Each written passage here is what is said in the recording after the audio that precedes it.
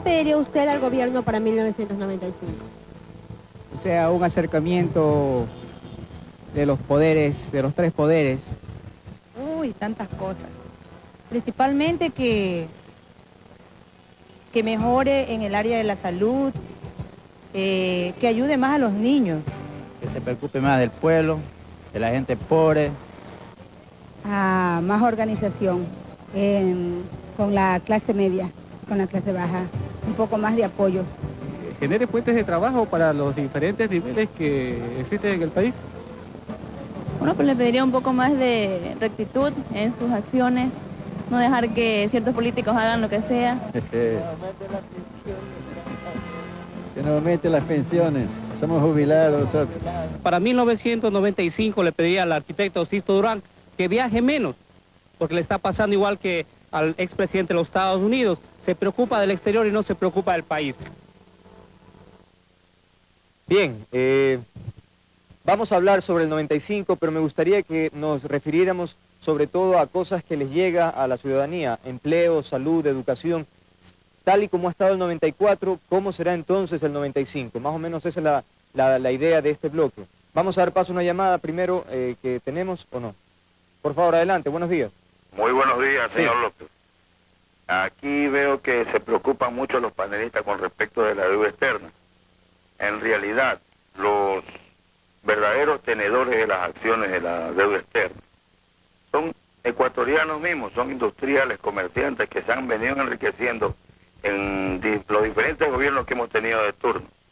Entonces, la solución sería declarar los padres de la patria y dejar esa deuda, pues, digamos, cancelada prácticamente, pero ellos se apuran en cobrar los intereses.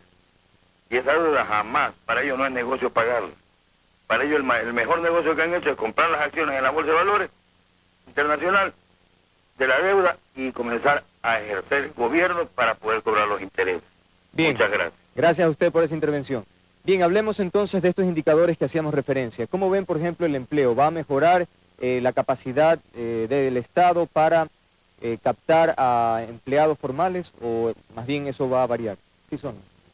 Yo diría que para el año 95 la situación es muy difícil. ¿Por qué? El plan macroeconómico contempla el aumento del precio del gas, los ajustes continuos en el precio del combustible, plantea generación de mayores impuestos a través del IVA, y todo eso repercute en la capacidad del ingreso y de compra de los ecuatorianos, lo cual hace que nuestra situación en el 95 sea tremendamente complicada.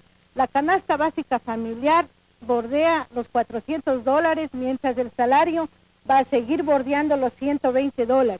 Esa brecha entre la insuficiencia del ingreso para cubrir las necesidades básicas de la población va a seguir siendo una brecha bastante amplia y aguda que hace que eleve el nivel de conflictividad social.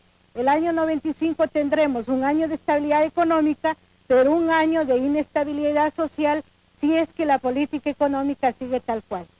Bueno, yo creo que debemos diferenciar entre lo que todos aspiramos y la pobreza que vive el país, que queremos que se mejore, con las realidades lo que se puede hacer en un año, porque estos problemas de mucha inflación, estos problemas de pobreza y desempleo se vienen arrastrando desde hace mucho tiempo y en parte se deben a un esquema de crecimiento que ha tenido el país que ha sido equivocado. Yo pienso que los 95 lo tenemos que ver en función de un ciclo económico-político. Durante sus 2 primeros años el gobierno ajusta la economía, toma medidas impopulares, todo el mundo está descontento. Durante los últimos 2 años el gobierno ya no ve el beneficio de tomar esas medidas impopulares, sino que más bien trata de decirle a la población, vean ustedes que las cosas están mejorando. No creo que se tomen medidas nuevas de ajuste, no creo que haya un alza importante en el gas, si es que hay algún alza en el gas. Pienso que va a haber más dinero para adquirir, va a haber más poder adquisitivo, en ese sentido va a mejorar la situación económica de todos los ecuatorianos, va a significar que no va a subir la Reserva Monetaria Internacional, o sea, desde ese punto de vista de ahorro para el futuro no va a ser muy bueno, va a ser más bien un año de gasto. Y en ese sentido no creo que se cumpla con la meta del control de la inflación, precisamente porque va a gastarse más. El poder de compra de los ecuatorianos va a subir en el 95. Bien, vamos a darle paso a algunas preguntas. De pie, por favor. Sí. Yo quisiera preguntarle cuáles serían las perspectivas para el año 95. O sea, yo quería conjugar las dos opiniones del economista Spurrier y de la economista Palan, porque uno dice que el próximo año va a ser bastante estable. Sin embargo, yo creo que todo el pueblo ecuatoriano quisiera conocer cuál va a ser su situación para el próximo año. ¿Hacia quién va la pregunta? Economista Palan. Sí. Yo lo que considero es que hoy que se está discutiendo el presupuesto del próximo año, justamente hay cuellos de botella. La privatización del petróleo es un problema que acarrearía una disminución de los ingresos en el presupuesto. Y de esa manera, una disminución de los ingresos, lo que acarrea es una generación de ingresos a través de los impuestos, a través del aumento del precio del combustible, tanto de la gasolina como del gas, ya que del diésel ya se dio. Y por otro lado, el 33% del presupuesto dedicado al pago de la deuda externa tiene que asegurarse a través de la obtención de estos ingresos. Y por lo tanto, el gasto social no ha merecido la atención debida para mejorar de alguna manera los servicios de salud que una señora reclamaba en la entrevista anterior, y que es necesario poner atención porque un pueblo enfermo es un pueblo improductivo. Bien. Y es eso la necesidad de que la política social tenga una ubicación importante en el año 95. Tenemos una llamada telefónica. Adelante, por favor. Andrés, buenos días. Buenos días. Una pregunta para los panelistas. Es risible que el gobierno esté en las últimas horas del 94 discutiendo el presupuesto nacional, pero mi pregunta va para los panelistas. ¿Por qué no se incentiva de una vez por todas el programa de salud del Ecuador, el programa de la agroindustria, que son dos fuentes de trabajo para toda la comunidad, para todo el pueblo ecuatoriano? Que ellos incentiven y sugieran al gobierno nacional. Gracias. Gracias. Bien, es una sugerencia que ha planteado el señor. Hablamos hace un momento sobre salud. ¿Qué tal hablamos sobre la educación, por ejemplo? Manuel, ¿usted quiere decir algo? Yo vuelvo a insistir en una cosa. El pueblo ecuatoriano se le ha hecho creer durante mucho tiempo que se pueden hacer maravillas, salud, educación, bienestar, prosperidad, pero nadie se pregunta, ¿y la plata de dónde sale? Entonces, lo que hay que recalcar siempre, siempre, es que si no reordenamos las prioridades nacionales y si no aprendemos a ser responsables en cómo gastamos la plata, no vamos a tener nada de la mejoría social de la que estamos hablando. ¿Y por qué insisto en eso? ¿Por qué no hay plata para los hospitales? ¿Por qué? Porque la plata se va a los sindicatos. No hablo de la gran burocracia que recibe sueldos de hambre, hablo de la oligarquía sindical. Aquí hay una injusta distribución del ingreso, pero bajo dos enfoques. Primero, la gran parte del dinero de la torta se va a una zona geográfica donde está el sistema centralizado de administración pública. Ahí está la gran burocracia, ahí están los contratos colectivos, ahí están los contratos de agache, ahí está la corrupción, ahí están los grandes negociados, ahí están los millonarios que se llevan la plata del pueblo. Corregir eso, ¿qué implica?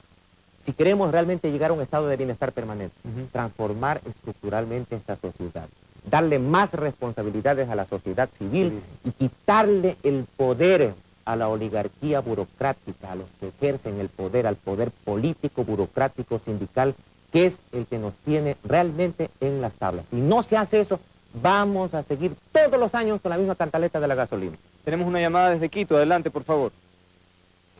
Mire, mi opinión es la siguiente. Se critica mucho al gobierno, no es que yo sea gobernista, pero hay que ser reales. Se critica mucho que el gobierno no ha dedicado lo suficiente a la parte social. Un gobierno primero tenía que poner, este gobierno cualquiera tenía que poner primero orden en su casa. El gobierno anterior le dejó lleno de deudas. Había que pagar todo, porque en ministerios, en todo lado, solo lo que dejó este gobierno fue deuda. Luego de poner en orden la casa, o sea, mejorar la economía, el gobierno yo creo que sí se ha preocupado, porque mire usted nada más la cuestión salarios. Antes el salario era de $50 y una inflación del 50% mensual. O sea, no tenían, toda alza era nula. Ahora el gobierno en este gobierno el salario es de 120 y pico dólares. Y tengo entendido que eso va a mejorar porque son intenciones del gobierno. Entonces yo pienso que este gobierno, por lo poco que ha podido hacer seguramente, es porque primero hubo que arreglar cuentas y poner en orden esta casa, que era un desastre, este país lleno de deudas y lleno de de problemas que no se podían arreglar fácilmente. En este año yo tengo esperanzas y confiamos todos los ecuatorianos y con la bendición de Dios las cosas van a mejorar para todos y es hora en realidad de que toda la gente empresaria empiece a participar un poco más con sus empleados. Mire los banqueros cómo ganan por millones y cómo pagan a sus empleados. No solo es cuestión del gobierno, es cuestión también de todos los ecuatorianos. Bien, muchas la gracias solución- por su intervención. Lamentablemente la debo interrumpir porque si no el tiempo se nos agota y debo dar paso también a nuestros panelistas. ¿No cree, economista Cortés, que ese es un punto al favor del gobierno, esto de reorganizar la casa para luego generar la reactivación, el crecimiento económico? Está bien, También. yo pienso que está bien reorganizar no solamente la casa, sino la economía del país. Quisiera recoger los pensamientos que se vertió en las entrevistas que hizo el canal. Todo eso queremos nosotros, que haya armonía en las funciones del Estado, que se ponga mayor cantidad de recursos en los programas sociales, que las cosas sean transparentes, que la corrupción no sea el denominador común de los contratos. Pero a mí me preocupan dos cosas para el año 95. La economista Ana Lucía Armijo, presidenta de Junta Monetaria, manifestaba que al haber establecido para el dólar un piso y un techo, se había anunciado al país las reglas del juego claras de cuál sería la evolución de los tipos de cambio. Yo creo que se equivocaron. Usted me va a decir, ¿por qué? Porque cuando yo dicto una medida de política económica, tengo que también estudiar las estructuras mentales y psicológicas de la gente. El importador que sabe que el dólar en diciembre va a costar 2.600 sucres, ¿usted cree que mensualmente va a ir ajustando el valor del producto importado? No. Le va a ajustar al tipo de cambio de diciembre y eso va a provocar un incremento de precios que no existe la razón, pero lo va a hacer. Interesante reflexión. Y en Sí. segundo lugar, perdóneme, Sí. lo segundo, los contratos de privatización. ¿Cómo es posible que Ecuatoriana de Aviación se trate como fuera un top secret? Secreto de Estado, nadie puede tener acceso a lo que están haciendo. Y por último, hoy día escuché de que se quieren ajustar a las leyes norteamericanas, el proceso de privatización de Ecuatoriana. La deuda de Astra con el Seguro Social, señor, ha sido pagada con acciones de Astra al Seguro Social según una denuncia. Eso no es privatización. Eso no es lo que queremos. Debo hacer una pausa comercial. Ya volvemos, amigos televidentes.